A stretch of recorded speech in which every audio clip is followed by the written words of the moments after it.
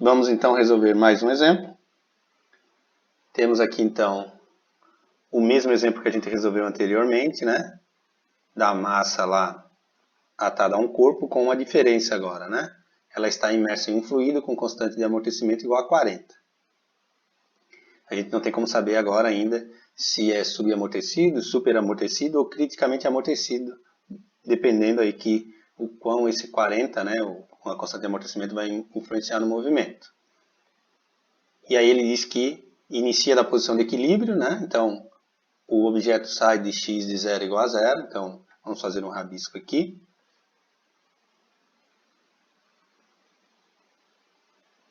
Eu tenho, vamos supor que o corpo atado à mola e mais a mola tenha o peso lá de 2 kg, que era o que a gente tinha, né? A massa era 2 kg. Digamos que esse aqui seja a posição de equilíbrio. E ela está imersa em um fluido.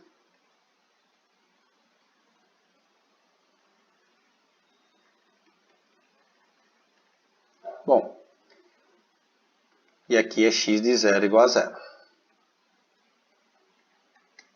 Posição de equilíbrio.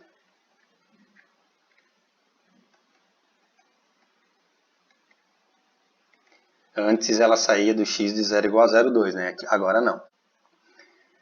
Aqui há um detalhe que pode ser por causa de tradução, tá? Ele não deixa claro se esse empurrão é para cima ou para baixo, né? Então, esse empurrão seria para baixo, tá? Ele vai mergulhar, digamos, mais ainda aqui o objeto no fluido. Ele já está mergulhado no fluido, mas ele vai empurrar com a velocidade inicial de 0,6. Então, essa massa vai descer x centímetros aí, que a gente não sabe, porque a gente não sabe essa oscilação. A gente só sabe que saiu da posição de equilíbrio, mas a gente não sabe como é que vai se dar essa oscilação e que a velocidade x' de 0 é 0,6. Por que é positiva? Porque está no sentido do movimento. Quando a mola volta, velocidade negativa, né? Do ponto de vista do movimento, voltando à velocidade negativa. Então, como o objeto está indo, velocidade positiva. Só que não fica claro, esse empurrão poderia ser para cima, né? Mas provavelmente ele empurrou, mergulhou mais ainda o objeto no fluido. Bom, então a gente sabe que a equação que modela o movimento é mx duas linhas de t mais c x' de t mais kx igual a 0. A constante da mola no exemplo anterior era 128, né? E a massa é 2 kg. Então, m, x duas linhas, mais 40, x' mais 128, x igual a 0. Com isso, eu vou obter então a equação auxiliar, que é 2r² mais 40r mais 128x, x não, né? Sem nada aqui, igual a 0. Posso dividir tudo por 2, a equação inteira, vou ficar com r² mais 20r mais 64 igual a 0.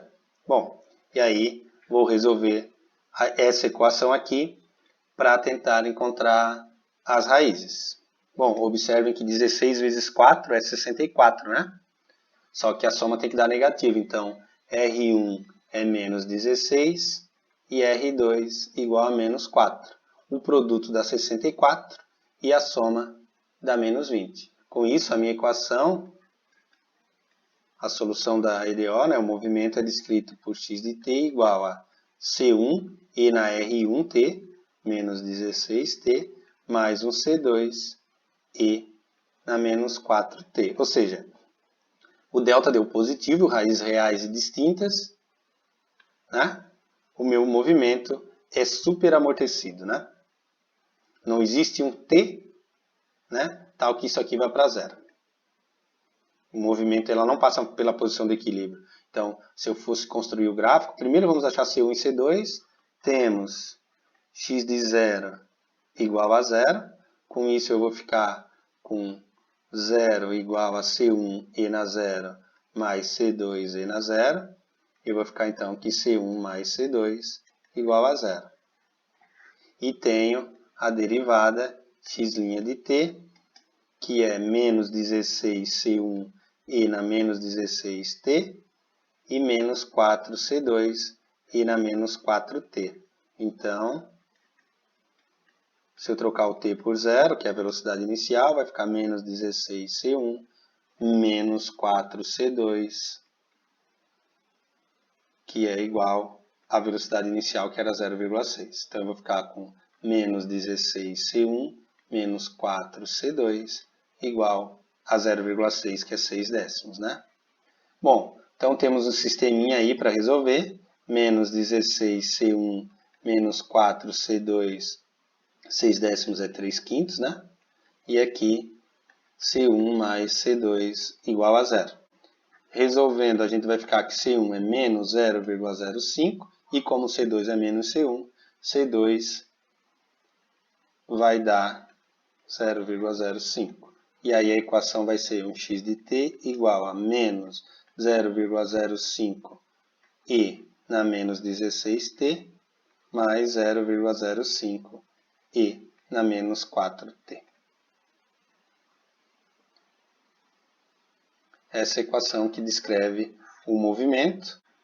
O gráfico não é tão simples de ser construído à mão. Sugiro que vocês usem o GeoGebra. Vou mostrar aqui então o gráfico feito no GeoGebra. Observem que é o movimento do tipo superamortecido, né? Ele sai da posição de equilíbrio e leva algum tempo para retornar para a posição de equilíbrio, mas ele não passa pela posição de equilíbrio novamente, né? Ele retorna para a posição de equilíbrio apenas. Então, observe que ele sai da posição de equilíbrio, se desloca até aproximadamente 0,03 e um segundo depois ele já está muito próximo da posição de equilíbrio.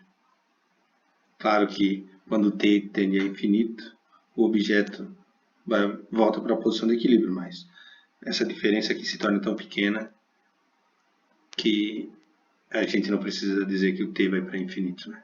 Alguns segundos depois ele já está na posição de equilíbrio. Basicamente isso. Lembrando que é um movimento do tipo superamortecido.